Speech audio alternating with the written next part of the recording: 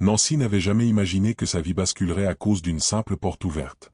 Lorsqu'elle la pousse ce jour-là, son regard se fige sur une inconnue en chemise ample, pieds nus, debout dans le salon de son père. Une femme qu'elle n'avait jamais vue.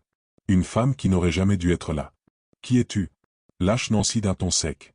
La femme relève les yeux, visiblement surprise par cette intrusion brutale. « C'est moi qui devrais te poser cette question » rétorque-t-elle avec une assurance froide. « C'est mon homme, et toi, tu es habillée comme... » Nancy sent son sang bouillir. « Tu es folle.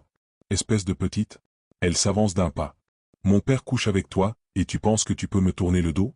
Rebecca, la petite amie de son père, inspire profondément, tentant de garder son calme. « Je n'ai pas de temps pour ça, j'ai quelque chose sur le feu. » Quelques jours plus tard, lors d'un dîner, la tension atteint un nouveau sommet. Rebecca dépose une assiette fumante devant le père de Nancy. Un plat aux arômes exquis. « Tu cuisines maintenant » grince Nancy, croisant les bras. « C'est mon père, pas le tien. Tu ne peux pas juste t'installer ici et prendre ma place. » Rebecca pose calmement la cuillère. « Je ne prends la place de personne, Nancy. J'aimerais juste qu'on... » « Qu'on quoi » l'interrompt Nancy. « Qu'on devienne amis ? Ça n'arrivera jamais. » Le père soupire, pris entre deux feux. Mais la guerre ne fait que commencer. Mais Nancy n'en a que faire.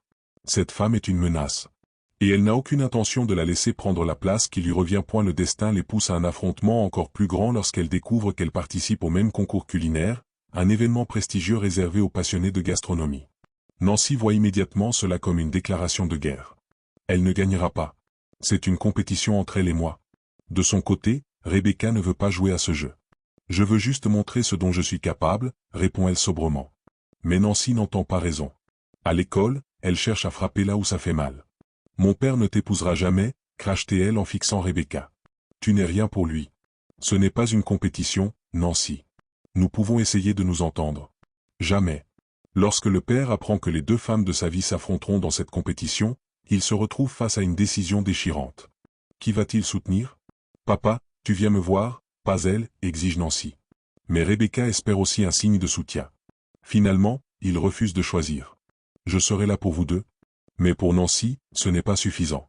Elle veut être la seule dans le cœur de son père. Pendant la compétition, la tension est à son comble. Nancy lance des piques à Rebecca à chaque occasion, cherchant à la faire trébucher. Tu veux prendre ma place partout ?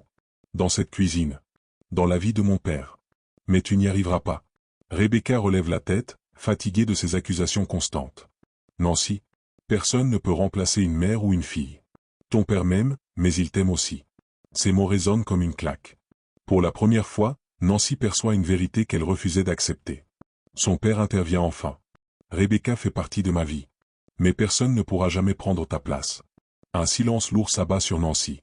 Elle s'accroche à sa colère, mais au fond d'elle, un doute germe. Lorsque le concours s'achève, peu importe qui a gagné. L'important est ailleurs. Rebecca et Nancy ne seront jamais les meilleures amies du monde, mais ce jour-là, elles apprennent à se voir autrement que comme des rivales. Parfois, la plus grande victoire n'est pas celle que l'on espérait au départ. Si tu aimes, abonne-toi.